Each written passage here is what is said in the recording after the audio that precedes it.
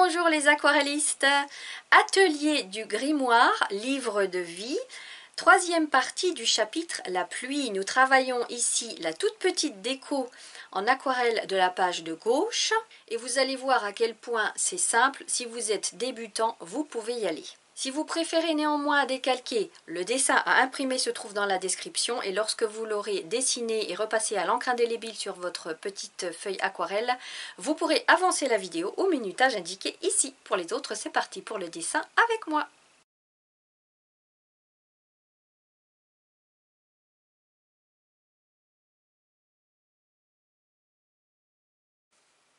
Vous allez être surpris par la simplicité de cette petite aquarelle.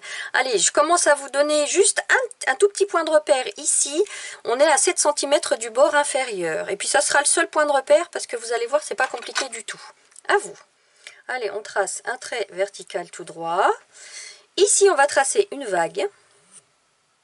À vous. Les bords du parapluie qui montent en forme de sourire. À vous.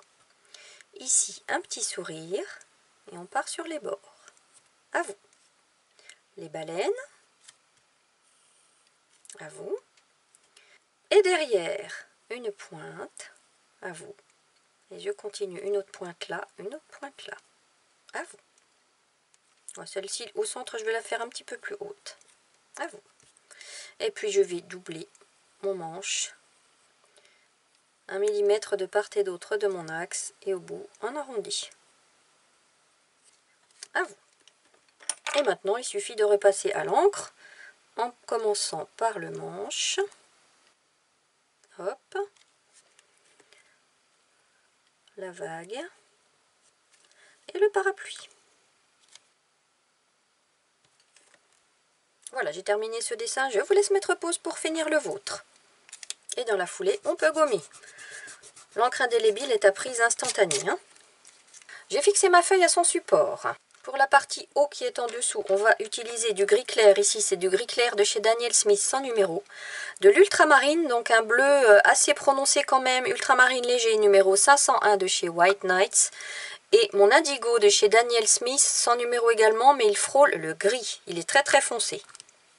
Je ne prends pas mon pinceau à la vie pour mouiller cette surface-là parce que c'est tout petit. Je prends mon pinceau Kolinsky. Ça suffit largement. Et je commence avec le gris.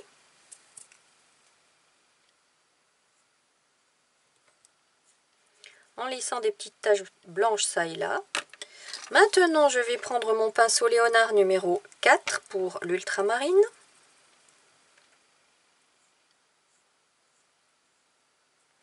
Je travaille sous le parapluie. Et plus je descends, plus je laisse des petites taches blanches. Hop. Je remouille un petit coup la pointe de mon pinceau. Je vais chercher l'indigo et je vais travailler l'ombre.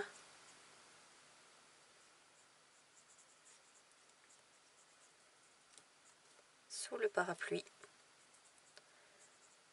Et je m'arrête à ce niveau-là. À vous. Pour la partie qui est au-dessus, on va utiliser le gris, toujours l'ultramarine, et du vert Hooker, il frôle l'émeraude. Ici, c'est le vert Hooker foncé, numéro 645 de chez Van Gogh. Si vous avez du vert émeraude, vous pouvez en prendre. Sinon, ça peut être un vert moyen. Donc, avec mon pinceau Kolinsky, je vais... Alors, si ça vous rassure de masquer à la drawing gum le manche, vous le faites. Moi, je vais l'éviter. Je vais mouiller bien plus haut que le manche. Mais je ne vais pas appliquer mes couleurs si haut. On va rester dans des tons légers. Je commence avec du gris. Vous voyez que je m'arrête, je ne dépasse pas le manche. Un gris tout léger. Le vert Hooker. Un chouïa. Une pichenette.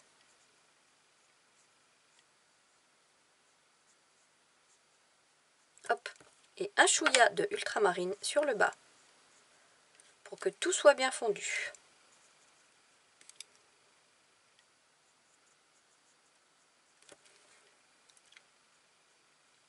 Ici plus intense sur le bas, et plus on monte, plus c'est léger.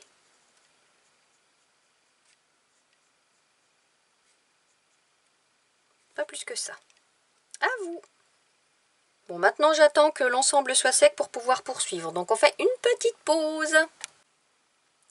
Bon, j'ai attendu quelques minutes. Au toucher, ça me paraît bien. Si vous sentez que le papier est encore un peu lourd, méfiez-vous, c'est que c'est pas encore sec. Donc attendez encore un peu.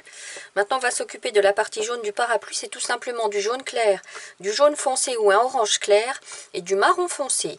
Pour les références, c'est le jaune 211 de chez White Nights, le jaune profond 221 de chez White Nights et du sépia 413 de chez White Nights également. Je prends mon pinceau Léonard numéro 4, donc un plus petit, pour mouiller toute cette partie-là du parapluie. Une base de jaune. Est-ce que je laisse une petite tache blanche ici pour la lumière? Pourquoi pas? Même si c'est pas logique parce que la lumière vient du dessus, mais ça fait rien. Ça va donner du mouvement. Hop.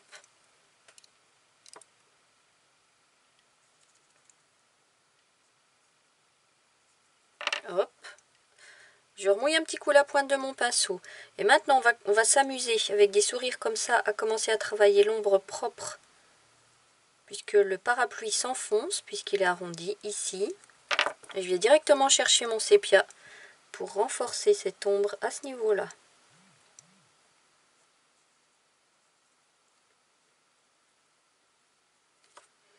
Je vais en rajouter parce que moi j'aime bien que ça aille loin dans les contrastes. Comme je dis toujours, hein, si vous êtes plus si vous préférez des tons pastels, n'appliquez qu'une seule couche de couleur. Vous voyez là, moi l'orange, je trouve qu'il se voit pas beaucoup. Donc je rince mon pinceau, puis je vais en rajouter une petite couche. Voilà, à vous. En ce qui concerne le manche, ça va être une base de jaune sur support sec, que du remplissage. Donc là, vous pouvez y aller.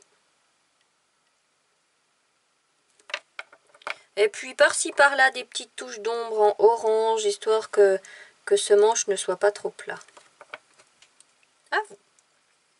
Maintenant, je prends un pinceau encore plus petit, c'est mon Léonard 2/0, mon ultramarine. Et je vais juste remplir ce petit espace là derrière en ultramarine. C'est l'eau qu'on aperçoit derrière, à vous. Et maintenant la partie rose à l'intérieur du parapluie avec du corail 355 White Nights et du violet clair 605 White Nights. Toujours avec mon tout petit pinceau. Je vais mouiller, ouais, je vais tout faire d'un seul coup. J'applique mon corail.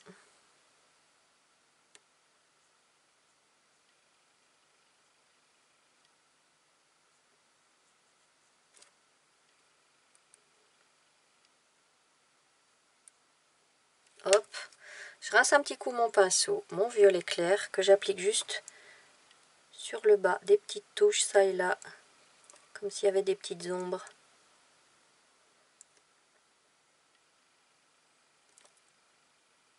Là, à vous. Et maintenant avec mon ultramarine, sur support sec et mon tout petit pinceau, je vais faire la pluie tout simplement. Des petits traits, tous dans le même sens, tant qu'à faire, hein. Et c'est parti.